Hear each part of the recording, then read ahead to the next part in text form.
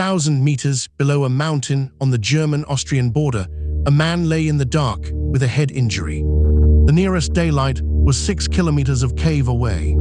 He was a cave rescuer himself. He had helped map this cave. It would still take 700 people and 11 days to carry him out. In 1996, two cavers named Hermann Sommer and Ulrich Meyer found a shaft in the Untersberg, a limestone massif on the border between Bavaria and Salzburg.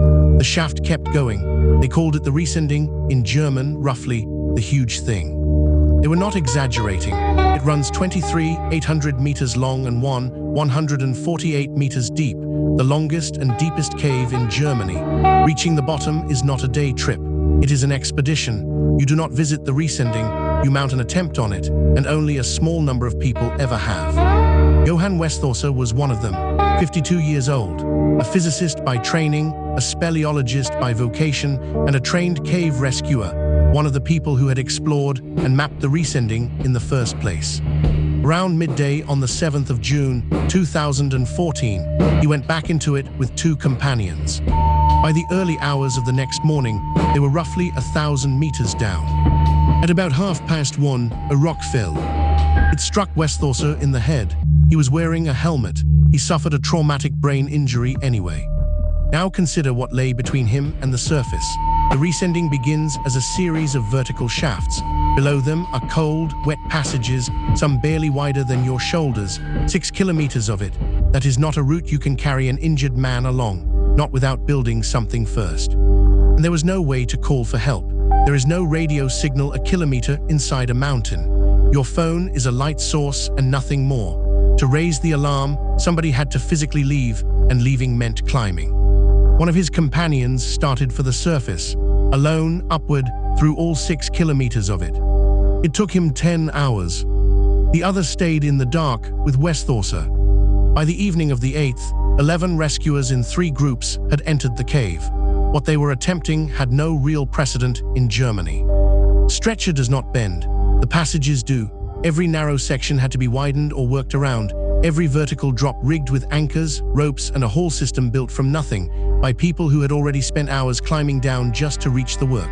Whatever you are picturing, add the climb.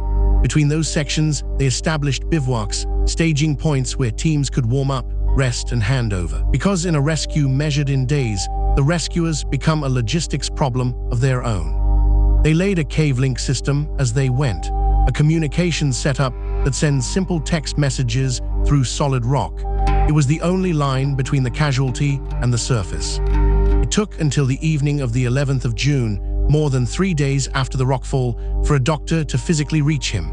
Martin Gerksu examined Westhauser at depth and assessed the brain injury as a mild one. Mild is a relative word, 1,000 meters underground. No single country could staff an operation like this, so they stopped trying to. Cave rescuers came from Austria, Switzerland, Italy, and Croatia. Of the 202 who went into the Riesending, 175 came from outside Germany. Above ground, another 522 people ran the operation. Counting fire service, police, and military helicopter support, close to 1,000 people were involved. At peak, around 60 of them were underground at the same time. If you have ever shared a tent, imagine sharing a shaft.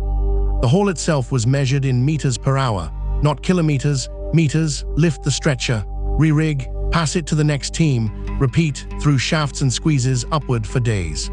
On the 19th of June, at 11:44 in the morning, a hand winch brought Johann Westhauser out of the entrance shaft into daylight. He had been underground for 274 hours, 11 days, 10 hours, and 14 minutes. A helicopter took him to the trauma clinic at Murnau. He survived. The operation cost in the region of 960,000 euros. It remains the largest cave rescue ever mounted in Germany. Conclusion drawn afterwards was not really about ropes or stretchers. Clemens Reindl, who ran the operation, said it had only been possible because the best cave rescue teams in Europe worked it together. The European Cave Rescue Association's position was that the lesson was international coordination, and specifically that alarms should be raised earlier and that cross-border teams should be able to move faster than they currently can. Johann Westhauser was a cave rescuer. He had helped map the Riesending. He understood what that cave asked of you as well as anyone alive. It still took 700 people and 11 days to bring him home.